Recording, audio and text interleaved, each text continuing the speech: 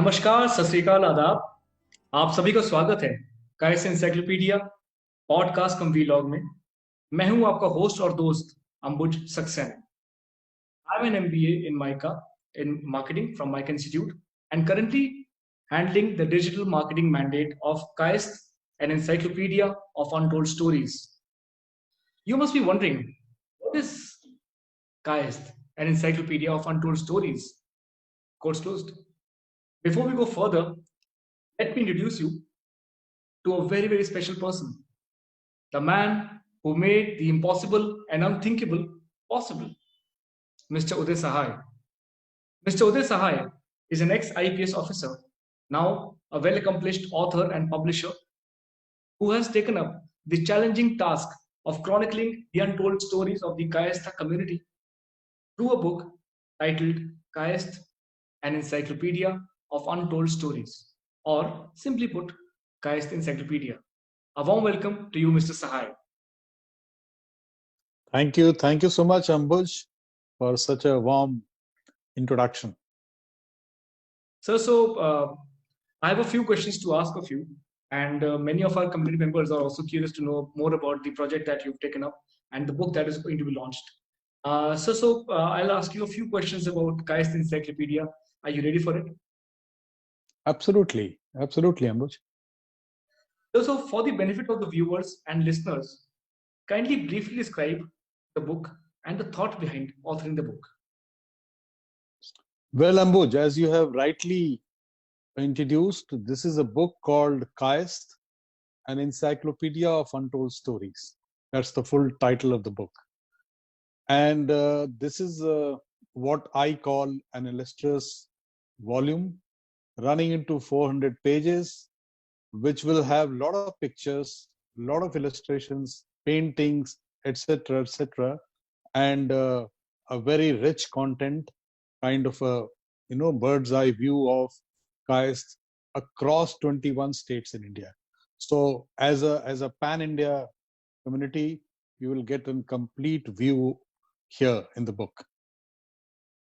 Wonderful, sir. Sounds amazing. Sir, but what motivated you to pick up a project as mammoth as this? Well, Ambuj, there comes a time in life where you start looking back, and your tummy is full, your basic needs are taken care, your security need is also substantially addressed, and you get into what Maslow calls self-actualization need. And this stage you start getting into the basic existential questions in life, like who am I, from where I've come, etc., etc., and you're looking for authentic tangible answer. And when I started about 2-3 years thinking about it, I thought, even if I come to know a little at length, it should be deep enough so that I can share with others. And that was the main idea which prompted me to write this book. But coupled with that, gradually I also realized that this is a time to give back. You've taken so much from your community in terms of your existence, your status, your identity, everything. But what have you given back? I thought to myself, and I realized, what possibly can I give? I mean, I can give only what I have little extra. And therefore, writing a book was an idea which emerged out of these two major considerations and motivations. Wonderful thoughts, Mr. Sai. I'm sure that this book is going to be one exciting project. One more question that I have of you is that what is the objective behind penning down this book? Well, the logical next step was that if at all I plan to write one, what should be the objective? As you have rightly raised the query. Then I thought that there are two issues which I should be able to clearly bring out in the book. One is the issue of identity. Identity is there, and there is a conflict in mind between two identities that are given to you, like you are born in a family, you are born in a village, you are born in a particular town, and you're born in a caste, you're born in a religion, and these are given to you. They are called, in sociology, they are called ascribed status. As against this, there are, certain identities which you acquire as you grow up. You go to a school, you go to a college, you get into some services, or you achieve number of things in life. They are your achieved status. Unfortunately, uh, over a period of time, our education was such that we started looking at these two identities as a bipolar identities. But I realized that maybe they are not actually contradictory.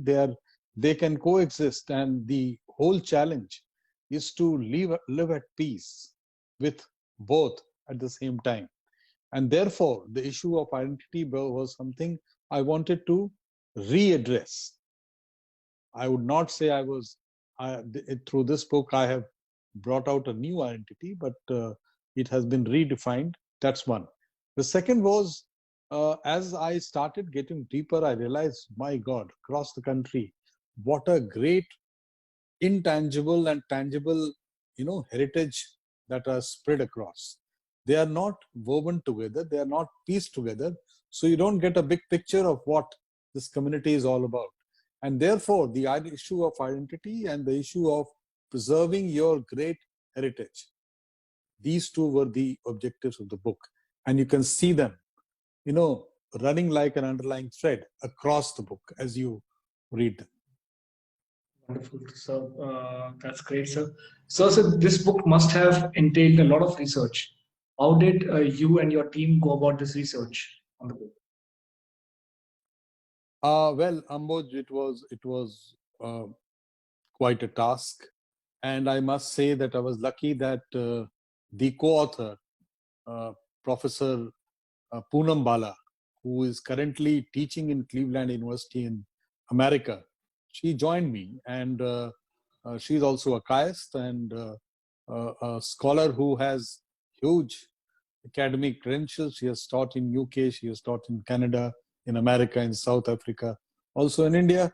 And fortunately, because her mother actually desired that she must do this book,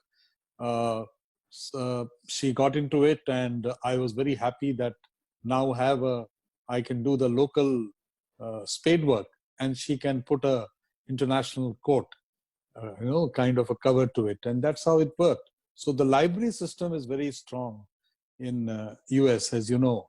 So a lot of library support I got from her, referencing support I got from her, but the actual field work, and that was done by me. One. Second was that we got right into the minutest of literature called temple literature, which is called little literature. Nobody looks at it. You go to a temple, you never pick up a temple literature. So about 32 temples I visited in India across the states, I picked up those pieces, tiny little pieces, so that I can piece them together and to make sense of what it is. Secondly, that every community in India, they build up some kind of a little literature on the community. And in Bihar, in UP, in Madhya Pradesh, I came across about 6 to 7 literature running into 60, 70 pages, and they were amazing. They were not like PhD thesis. They were not like a book published by Oxford University Press.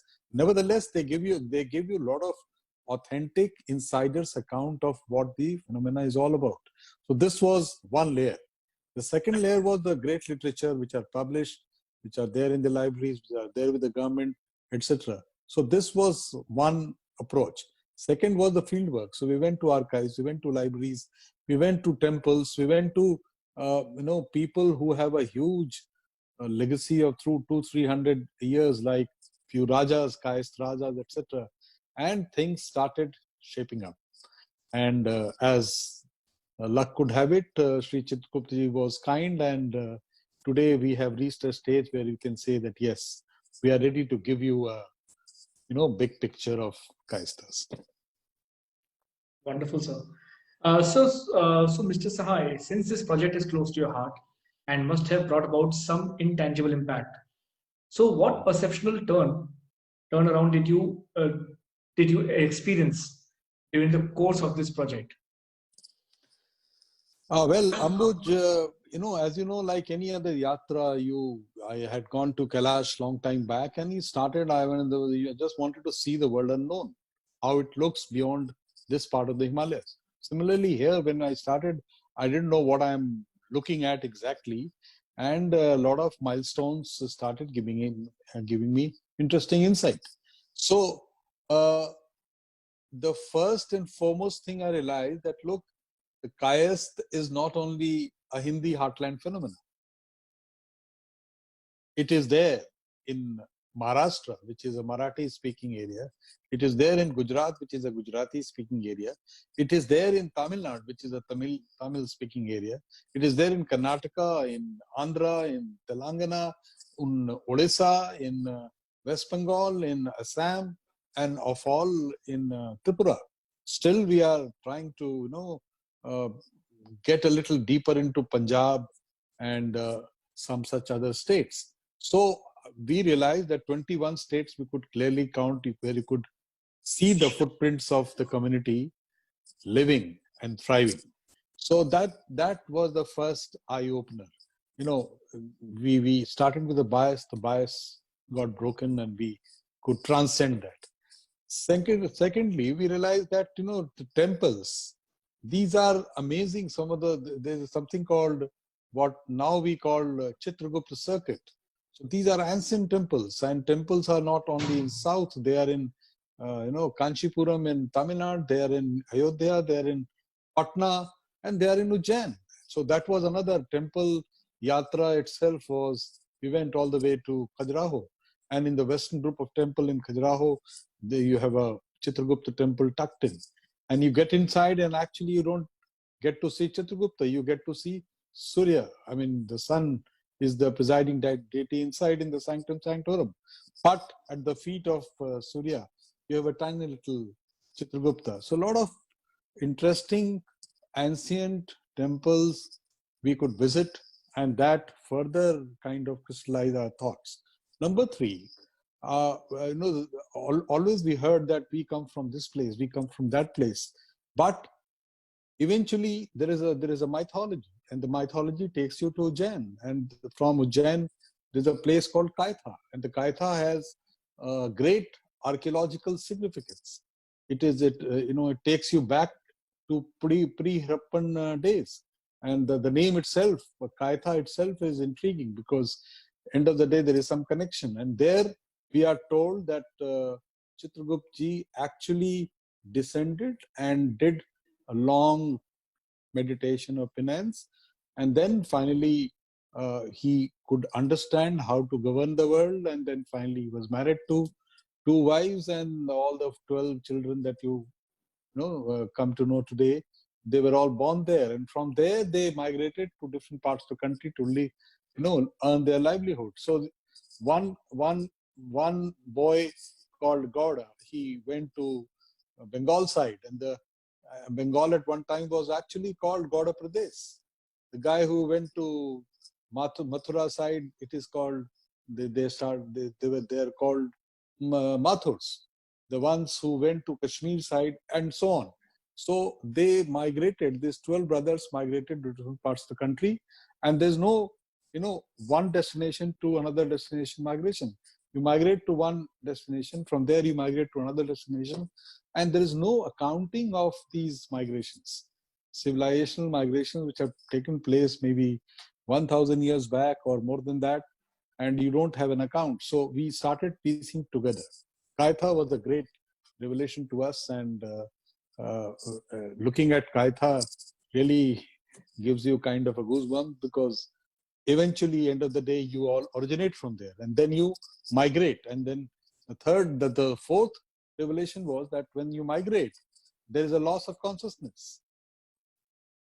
You talk to Srivastava, and 90% of them would not know about their Kashmir connection. You talk to one Mr. Bose or Mr. Ghosh, he'd not be able to tell you what is his connection with Kannauj in UP.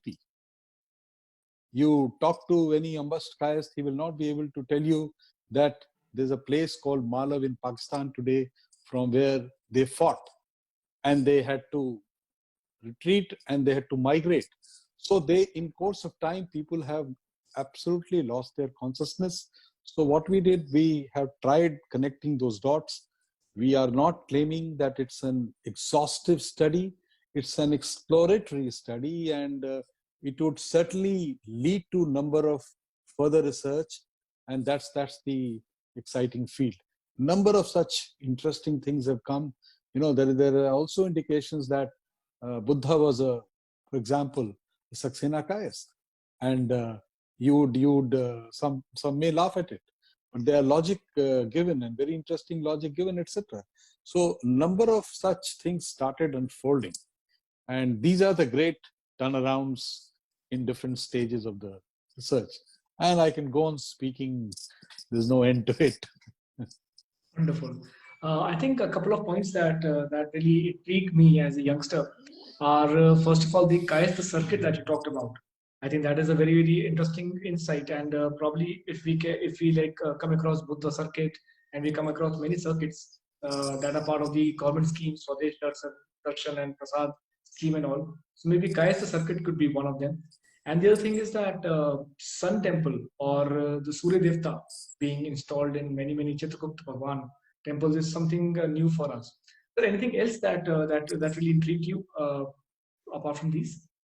Yeah, I mean, you're talking about Sun Temple. Very interesting thing we came across that the major Sun temples in India that we visited, they were all constructed by Kayast kings.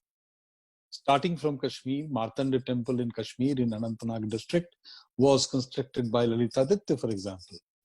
You come down to, Odisha, you have a Konark Temple, the second biggest Sun temple in India. And that again, there is a Ganga dynasty. Then you go to Gujarat, the Modhera Temple, Modhera Sun Temple, and so on. So even if you look at the second layers of temple, there's a very unique and mystical relationship between Sun as a god and Chitragupta. And that relationship, as we moved on, we started unraveling, and it was very exciting that what connection Chitragupta mythology has with Sun, and that continues till date. And I told you that even Khajuraho temple, there is the name is a Chitragupta temple. You go inside, there is no Chitragupta as a presiding deity, but at the feet of the sun god, you have a Chitragupta place there. In Kayatha, for example, excavation have taken place, and it takes you back to Gupta period.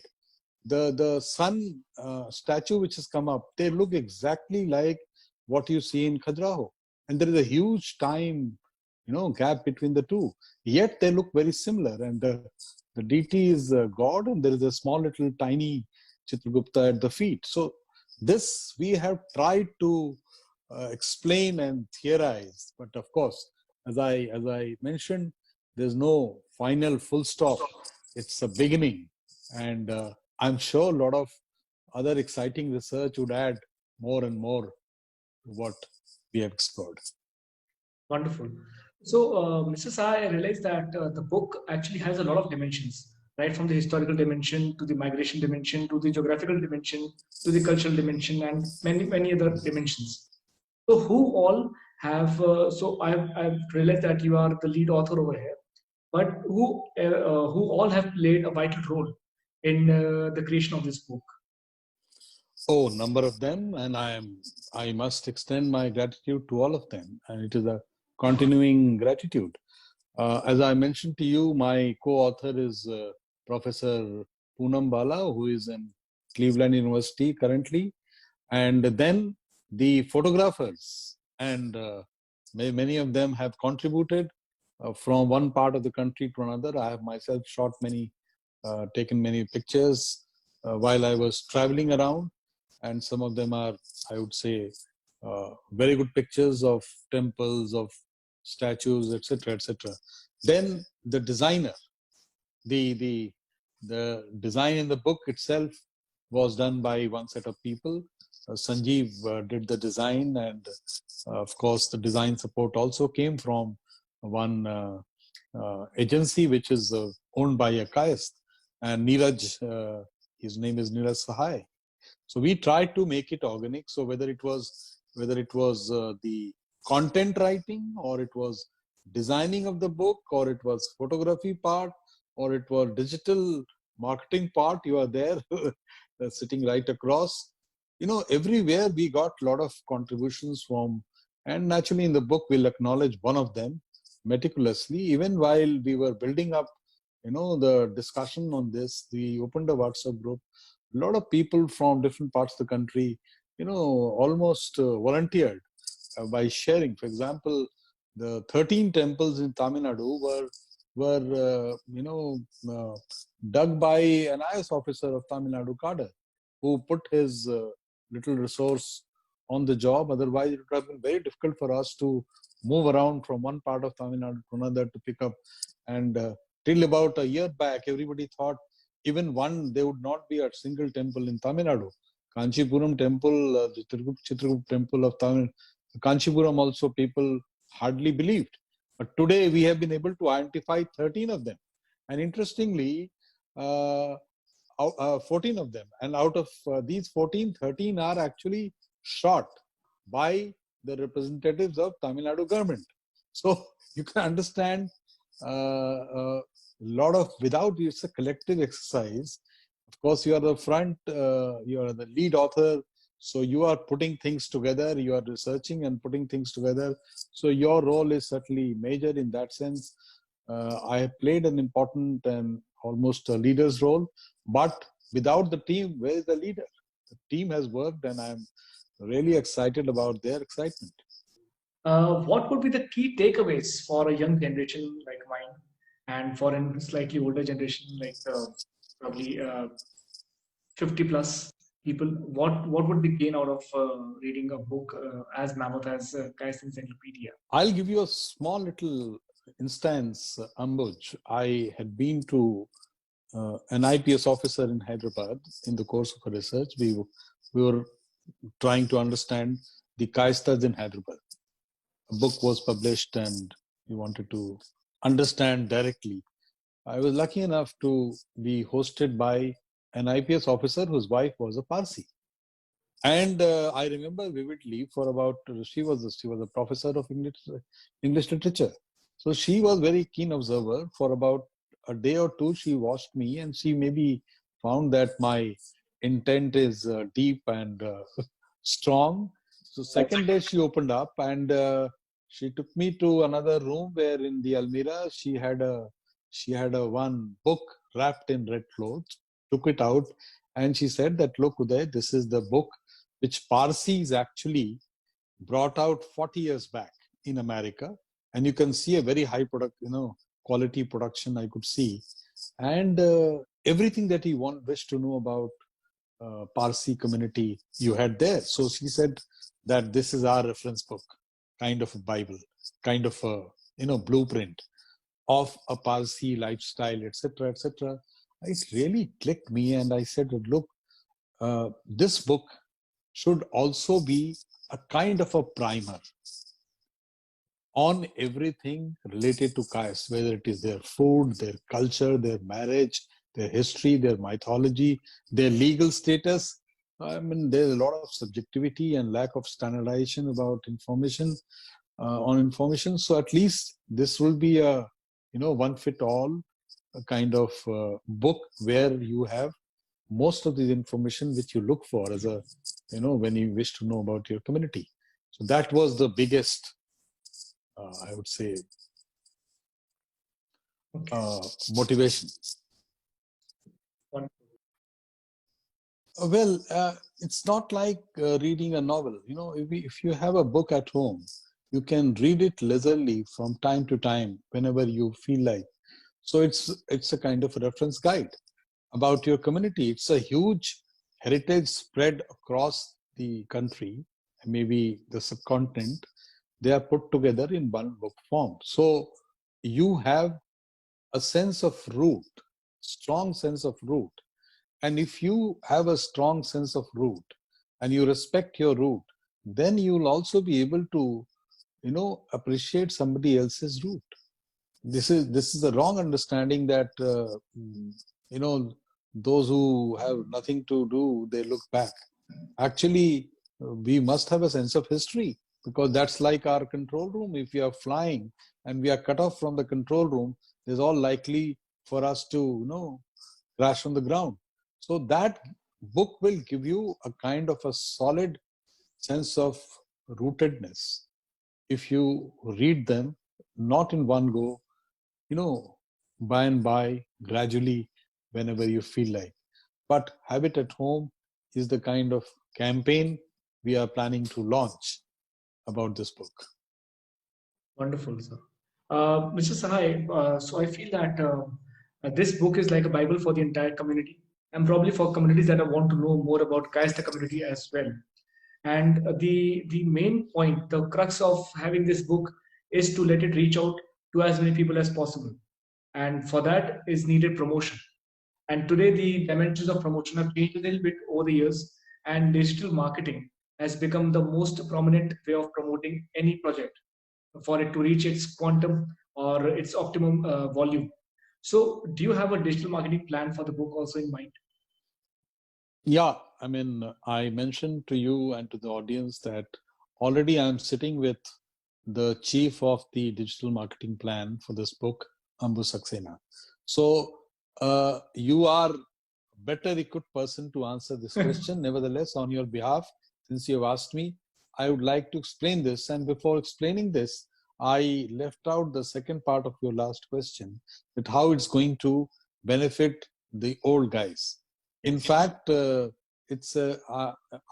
found that when you finish your basic duties in life, your sense of your urge to know about your roots become very strong, and you don't really know what to look at, and you don't have energies to move around across the country to understand what it is. So for them, this becomes a must read before they die, so they don't have a regret that I didn't know much about my community. I mean, knowing about your community is something which is very, very natural for all of us, which is related to the question, who am I? Who am I issue doesn't haunt and youngsters much, but it certainly haunts a man of 60, 70, 65, even 50. So I'm sure this would connect to both the group, the youngsters who are little, today identity conscious, who want to know about their past, and also those who have seen different weathers of life and they're about to finish their innings, so they want to know in totality about themselves. So here is one book in 400 pages. You get a feel of what it is all about.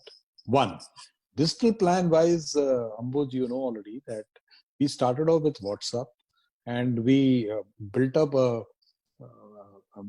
almost a group of about 150 very senior, respectable members of the community from across the country. And but we realized after a while that this is a very influential group, no doubt, but it doesn't take you far, because end of the day there are lakhs of people, lakhs of community members who are scattered in different parts of the country. So as a level 2 exercise, we have opened a Facebook page. I am the problem with before I go to the Facebook page, the problem with WhatsApp group exercise also was that you had all kinds of stuff. You had good, bad, ugly, awkward, and it's very difficult to become a schoolmaster and keep telling people don't put this and don't put that. So the WhatsApp university effect. Everybody feels that he knows all, and on the top of that, you have Google Baba and Wiki Uncle. So there is a huge sense of confidence and arrogance amongst people about knowledge these days. And these 150 people are no exception. Those who were very, very actively participating, many of them would put some sensible stuff. Many of them would put something out of, just the university called WhatsApp University. So we thought that here is a time that we take it to level 2. So we have opened a Facebook page. In Facebook page, unlike Facebook account, there is no limit on the numbers. You can have million people to whom you can reach. And I am front leading it. So every content is personally written by me. And therefore, even if some people have made some frivolous remark or wrong observations, there are in extreme situations you can even delete it. So there is a much more controlled communication now. And having finished this, once it acquires a kind of a critical mass, we would go on opening a new website. By December or January, you will have a website, and from website you naturally you will also have a YouTube channel. YouTube channel has been opened, but it will get activated in terms of a lot of videos loaded there. And finally, before you ask, let me announce and tell you that we have decided to launch the book on the 27th of April, because that's the birthday of Lord Chitragupta on earth. That's the day when he descended. Actually, he never had a childhood. So unlike Krishna, where you have a Bal or a Lord Rama, where you have a childhood and then you have adulthood, here the guy actually is born adult. But the day he was born was on the Chaitra Purnima day, and we have decided that only on Chaitra Purnima day we'll have a Chitragupta Puja, because that's the day you should have a Chitragupta Puja, and that's the campaign we are going to launch. So it's like a walk the talk, and 27th would be the launching day, therefore. Wonderful, Mr. Sahai. That is so informative. And yes, the digital marketing plan is on. And then anybody can access the Facebook page of KAIST Encyclopedia. We're also present on Twitter, Instagram, and LinkedIn. And the Facebook page is personally managed by Mr. Sahai, and the same is being replicated on the other 3 channels. And just like this video, many other more videos will be uploaded on YouTube and podcast. You can visit us on Spotify. The addresses of all those or the URLs will be shared later. Thank you so much, Mr. Sahai, for taking out time out of your busy schedule and enlightening us about the exciting research project that has culminated into KAIST Encyclopedia book. We are thrilled to know about the book, and for our viewers and listeners, we shall come up with more episodes that shall deep dive into the nuts and bolts of the book. Till then, kindly subscribe and follow us. Follow KAIST Encyclopedia on YouTube and podcast channels for more updates. Thank you so much, Mr. Sahai. Thank you. Thank you so much, Ambuj, and pleasure is mine. And for your time, for your energy, and for your entire contribution. Thank you, sir. Thank you so much. Really pleasure.